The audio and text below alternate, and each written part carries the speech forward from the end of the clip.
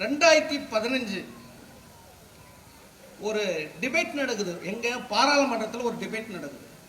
அந்த டிபேட்ல உலக நாடு முழுக்க இந்திய அரசமைப்பு சட்டம் கான்ஸ்டிடியூஷன் எப்படி அமெரிக்கால எப்படி கொண்டாடுறாங்க, எப்படி சைனால எப்படி கொண்டாடுறாங்க, ஆஸ்திரேலியால எப்படி கொண்டாடுறாங்க, உலக நாடுக்கு வளர்ந்த நாடெல்லாம் நாட்டுடைய சட்டத்தை எப்படி மக்கள் கிட்ட கொண்டு போறாங்க, எப்படி மக்கள் கொண்டாடுறாங்க, மாணவர்கள் கொண்டாடுறாங்க, கல்லூரியிலிருந்து எல்லா இருக்கக்கூடிய நாட்டில் இருக்கிற எல்லா மக்களும் எப்படி கொண்டாடுறாங்க. ஆனா இந்தியாவில் மட்டும் இந்திய அரசமைப்பு சட்டம்ன்ற அந்த நாளை நம்ம கொண்டாடுறது இல்லை. எந்த அவேர்னஸ் இல்லை, மக்கள் கிட்ட எந்த விழிப்புணர்வு இல்லைன்ட்டு 2015 ஒரு டிஸ்கஷன் நடக்குது பார்லிமெண்ட்ல. அப்போ 2015 என்ன சொல்றாங்கன்னா, நவம்பர் 26 இந்திய அரசமைப்பு சட்டம் நாளா நம்ம கொண்டாடணும். அந்த நாள் நவம்பர் 26 இருந்து ஏப்ரல் 14 இருக்கும்.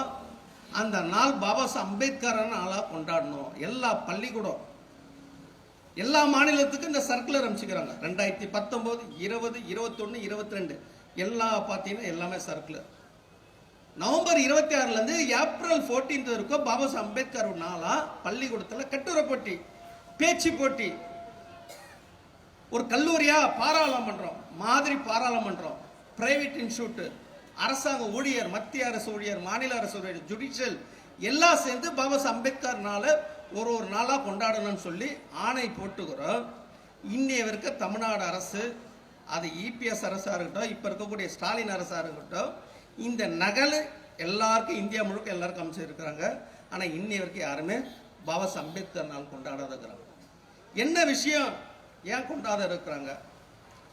ஏன்னா இன்னைக்கு பாபா சாஹேப் அம்பேத்கர் என்ற நபரை கொண்டாட்டோம்னா இந்தியாவில் இருக்கக்கூடிய மனித சமூகம் ஒரு மனித உருவாகும், ஒரு சமத்துவம் உருவாகும், ஒரு சகதுவத்துவம் உருவாகும், ஜாதியற்ற சமுதாயம் உருவாகும், மதசார்பற்ற ஒரு நாடா உருவாகும். அதனால பாபா சாஹேப் அம்பேத்கர் என்ற மாமனிதர் எந்த மத்தியில எந்த மக்கள் மத்தியில போகக்கூடாதுன்றத ரொம்ப தெளிவா இருக்கிறாங்க.